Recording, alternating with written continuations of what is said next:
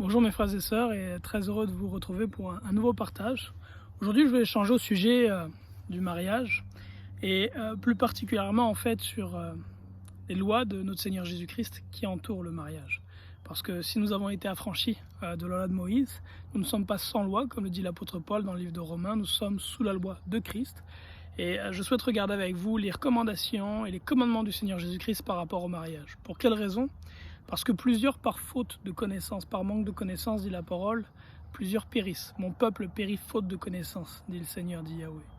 Et dans la génération dans laquelle nous sommes, plusieurs, par manque de connaissance de la volonté du Seigneur, désobéissent par rapport au règlement du Seigneur Jésus-Christ en ce qui concerne le mariage. Que ce soit dans la fornication, l'adultère ou toute forme de désobéissance.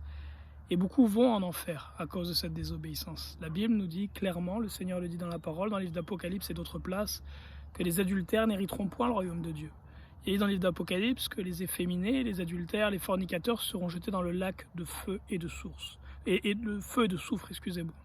Donc la désobéissance au règlement du mariage est une chose grave devant l'Éternel, et s'il n'y a pas de repentance à ce sujet, eh bien c'est une source de damnation.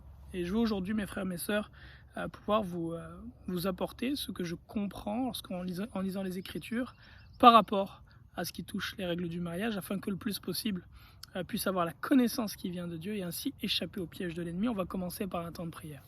Père, merci pour ta bonté, ta fidélité et ton amour. Je prie que tu nous diriges par ton Esprit Saint dans ce partage au nom de Jésus et que beaucoup soient édifiés et libérés des pièges de l'ennemi. Amen. Alors, je veux commencer par dire ceci. J'ai fait un enregistrement il y a de ça à peu près 2-3 ans que je vous encourage vivement à regarder, qui s'intitule « Le mariage, l'affaire des pères ». Le mariage, l'affaire des pères. Dans cet enregistrement, je donne mon témoignage de comment est-ce qu'avec mon épouse, nous avons désobéi au commandement de l'Éternel dans la façon dont nous sommes mariés sur plusieurs points. J'explique les erreurs que j'ai commises à l'époque et j'explique qu'est-ce que dit l'Écriture par rapport à la façon dont le mariage doit avoir lieu. Comment est-ce qu'un mariage se prépare, comment est-ce qu'on va vers le mariage. C'est vraiment un enseignement, je pense, qui peut être une grande bénédiction pour vous et que je vous encourage à regarder. Ceci étant dit, pour commencer avec cet enseignement, où je veux donc aborder tout ce qui touche le divorce, l'adultère, la séparation, la base est à prendre en considération avant d'aller vers ces éléments-là. La base du mariage, c'est quoi? C'est un homme et puis une femme, dans le fond, qui vivent ensemble dans un engagement, dans une union, une alliance, dans le fond. Maintenant, le problème qu'il y a aujourd'hui, c'est que nous avons une mauvaise conception de l'homme et de la femme, et cette mauvaise conception de l'homme et de la femme entraîne une mauvaise conception de l'union, de l'alliance, du mariage, et une mauvaise conception aussi de ce que peut être la fin du mariage, comme le divorce ou la séparation, par exemple. Premier point qui est important, mes frères et sœurs, c'est que l'homme et la femme ne sont pas égaux. Le principe d'égalité ne vient pas de Dieu. Dans l'Écriture, en fait, la notion de recherche de l'égalité est beaucoup plus une notion qui a trait à Satan qu'à Dieu. En fait, c'est Satan qui a recherché à être l'égal de Dieu. Il a voulu s'élever au même niveau que le Père. Mais lorsque Jésus-Christ est venu, il nous a donné un modèle bien différent. Lui, existant en forme de Dieu, dit la parole, n'a pas regardé comme une proie arrachée d'être égal à Dieu. Il s'est plutôt humilié. Donc Christ a visé l'inverse de Satan. Satan désirait être l'égal de Dieu. Lui, le Seigneur Jésus-Christ, a plutôt visé à s'humilier. Il l'a dit clairement, il a dit « Le Père est plus grand que moi ». Et de la même façon, mes frères et sœurs, que le Père est plus grand que le Fils, de la même manière, l'homme est plus grand que la femme. Et je sais qu'aujourd'hui, pour plusieurs, ça peut être insultant à cause des enseignements humanistes que vous avez reçus dans vos études et à l'école et même malheureusement dans beaucoup d'églises, mais c'est ce que présente l'Écriture, la parole de Dieu. La Bible nous montre dans le livre de Corinthiens que le Père est le chef de Christ. Et Christ dit d'ailleurs que le Père est plus grand que lui. L'Écriture montre que Christ est le chef de l'homme et Christ est plus grand que l'homme. Et l'Écriture nous dit aussi que l'homme est le chef de la femme. Et l'homme est plus grand que la femme. Il est plus grand que la femme pour plusieurs raisons. Premièrement, parce qu'il a été créé en premier, avant la femme. Et ça lui donne donc une position d'autorité. Et ayant été créé avant la femme, c'est à lui que Dieu a donné la responsabilité même de nommer la femme et l'intégralité de la création. Donc il est très important de comprendre, mes frères et sœurs, que l'homme et la femme ne sont pas égaux. l'homme est plus grand que la femme. Est-ce à dire que la femme est sans valeur devant Dieu? Bien au contraire, non. De la même façon que la femme est plus grande que les enfants devant le Seigneur, elle a une plus grande responsabilité, un rang plus élevé devant Dieu, la mère par rapport à ses enfants. Est-ce à dire que les enfants sont sans valeur devant Dieu? Évidemment non. Mais chacun est à sa place dans le royaume des cieux. Chacun a sa position devant l'Éternel et chacun doit être pleinement satisfait de sa position. Donc le premier point à comprendre, c'est celui-ci. Le deuxième élément, c'est le fait, c'est de comprendre que dans une alliance, dans un contrat, les parties étant différentes, même si des parties ont part au même contrat, les engagements et les responsabilités ne sont pas les mêmes. Et je vais prendre quelques exemples simples pour ça. Si on prend par exemple un locateur et un locataire, donc quelqu'un qui est propriétaire et qui loue sa maison. Le propriétaire et le locataire sont liés par le même contrat. Mais est-ce que les responsabilités des deux parties sont les mêmes? Non, évidemment non, elles ne sont pas les mêmes. Le propriétaire, lui, fournit le logement. Le locataire, en échange, fournit un loyer qu'il verse au propriétaire. Et puis on pourrait creuser encore davantage, mais leurs responsabilités sont bien différentes.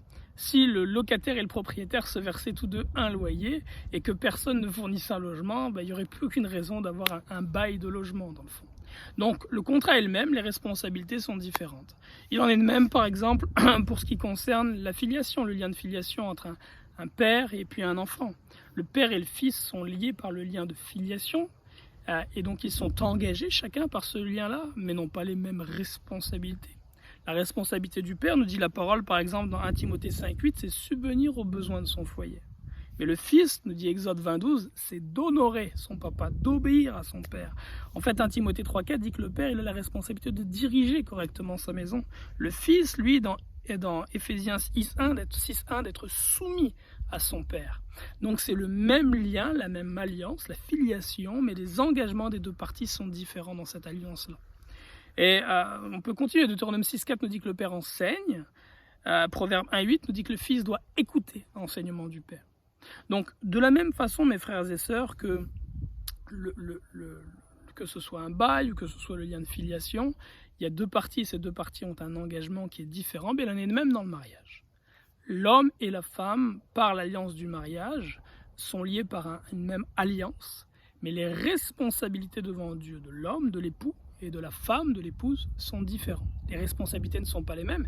Et donc, puisque les responsabilités ne sont pas les mêmes, cela signifie que comment est-ce que je peux dire ça?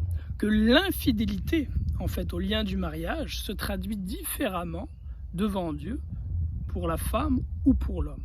L'infidélité par rapport au lien du mariage se traduit différemment devant Dieu pour la femme ou pour l'homme. De la même façon qu'être infidèle à un bail de location n'est pas la même chose pour le propriétaire ou le locataire. Pour le locataire, c'est pas payer son loyer ou pas prendre soin du logement. Pour le propriétaire, c'est d'évincer par exemple son locataire alors qu'il n'en a pas le droit. Même chose pour la filiation, l'infidélité au lien de filiation pour le père serait de ne pas subvenir aux besoins du fils. Mais si le fils lui ne subvient pas aux besoins du père, il n'a pas été infidèle au lien de filiation, ce n'est pas la responsabilité de l'enfant de subvenir aux besoins du père. Donc ça, c'est un élément qui est très important à comprendre, mes frères et sœurs, pour commencer un raisonnement et une réflexion par rapport au mariage. On va essayer justement de creuser et puis de voir en quoi est-ce que cette alliance du mariage est différente pour l'époux et pour l'épouse, et en quoi est-ce que ça entraîne donc des engagements de chacune des parties qui sont différentes. Et donc ça va nous permettre de mieux comprendre les notions d'adultère, de divorce, de séparation, de polygamie et de tout ce qui peut y avoir attrait en fait au mariage.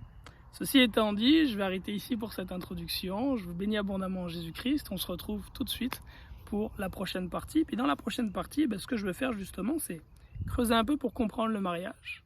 Comprendre le mariage, c'est quoi l'engagement de l'époux? C'est quoi l'engagement de l'épouse? Quelles sont les responsabilités, le socle des responsabilités de chacune des parties? Et puis après, on est capable de comprendre par rapport à ça comment est-ce que l'époux peut déroger à la règle, à son engagement ou l'épouse.